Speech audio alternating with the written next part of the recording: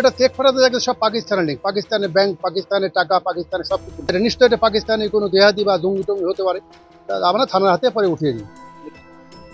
মোবাইলে পাকিস্তানি নাম্বার এবং আর্থিক লেনদেন সংক্রান্ত প্রমাণ পেয়ে সন্দেহভাজন এক যুবক সহ মোট 4 জনকে পুলিশের হাতে তুলে দিল গ্রামবাসীরা। মঙ্গলবার ঘটনাটি ঘটেছে রায়গঞ্জ থানার অন্তর্গত রাড়িয়া এলাকায়।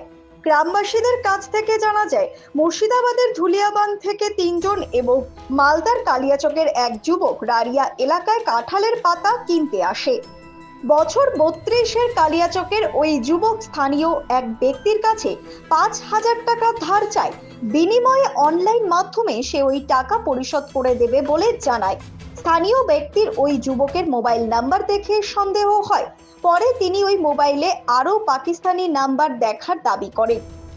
সেই সঙ্গে ওই মোবাইল নাম্বারে বিদেশি নাম্বার থেকে আর্থিক লেনদেন হয়েছে বলেও অভিযোগ করেন। পরে রায়গঞ্জ থানায় খবর দিলে ওই যুবক সহ আরও 3 জনকে থানায় নিয়ে আসে রায়গঞ্জ থানার পুলিশ।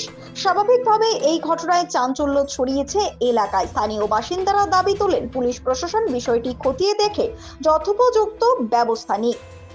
নাম্বার দেওয়ার পরে আমার নাম্বারটা একটু সন্দেহ হলো, যেটা তো ভারতের নাম্বার হতে পারে না, কারণ কোড নাম্বারটা 92 দিয়ে প্রথমে বলে কেন কি হচ্ছে, আমি বললাম এটা তো দেখছি যে পাকিস্তানের কোড নাম্বার।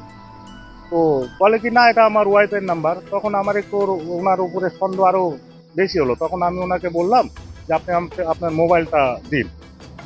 উনি তখন মোবাইল দিতে অস্বীকার করলো। তখন ওনার কাছ থেকে এক প্রকার জোর করে আমি মোবাইলটা নিলাম। এবার মোবাইল নেওয়ার পরে ওনার হোয়াটসঅ্যাপ নাম্বারে দেখলাম যে নর্মাল 10টার থেকে 12টা পাকিস্তানের নাম্বার। এবার পাকিস্তানের নাম্বারগুলো আমি এক এক করে সার্চ করলাম।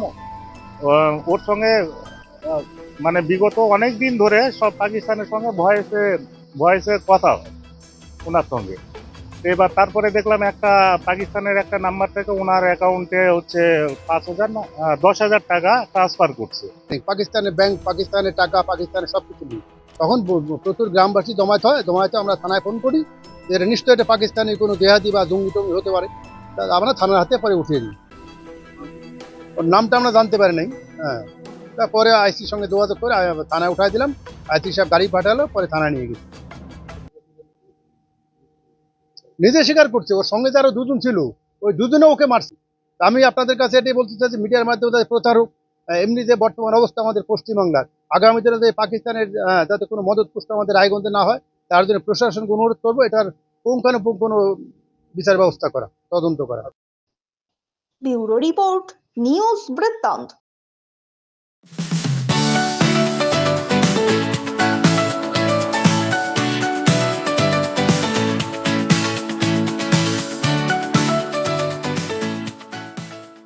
আপনার জীবনের সমস্ত প্রতিকূল পরিস্থিতির অবসান ঘটাতে আজই আসুন স্বর্গীয় জ্যোতিষ গবেষক ও তন্ত্র সাধক অলোক কর্মকারের সুযোগ্য পুত্র ও একমাত্র শিষ্য সঞ্জয়ের কাছে, যিনি আসাম বঙ্গীয় জ্যোতিষ ও তন্ত্র সোসাইটি দ্বারা জ্যোতিষ রত্ন উপাধিতে সম্মানিত।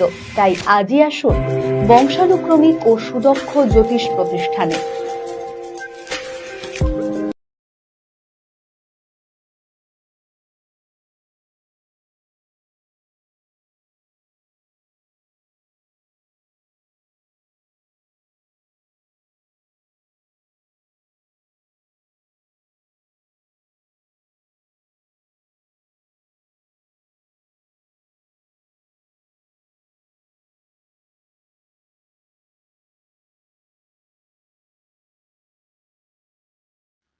চেষ্টা নেশা মুক্তি ও পুনর্বাসন কেন্দ্র। এখানে যে কোনো রকমের নেশা ও মানসিক রোগের সঠিক চিকিৎসা করা হয়।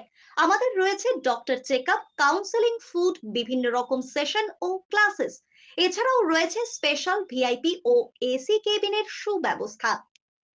নর্থ বেঙ্গলের সেরা সুপার স্পেশালিটি হাসপাতাল জীবনরেখা, অভিজ্ঞ ডাক্তার, আধুনিক lab, 24x7 emergency services, neurology, cardiology, orthopaedics, gastro, দন্ত ও চোখের চিকিৎসা একসাথে, আইসিইউ, এনআইসিইউ এবং এনএবিএল অ্যাক্রেডিটেড প্যাথোলজি ল্যাব। জীবন রেখা হসপিটাল। আপনার জরুরি মুহূর্তে অ্যাম্বুলেন্স পৌঁছবে ঠিক সময়ে। কল করুন 8373066655। ছোট ছোট অনুভূতি, স্মৃতিগুলো থেকে যায় সব সময়। আদরে।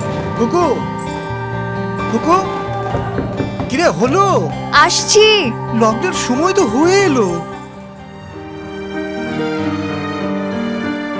কিছু স্মৃতির ভাজেই তোলা থাকে শুভারম্ভে প্রাপ্তি। 50 বছরের অভিজ্ঞতায় আগ্নেশ্বর জুয়েলার্স, নিখুঁত গয়নার কারিগরি। Agneshwar jewellers, NS road, Raiganj. Wait. So this was your wedding look. Oh my god, Tammy, you look pretty. Dhaka থেকে যখন আইছিলাম এ হগল আমার মা আমারে পরাইয়া দিছিল। It's so authentic, Tammy.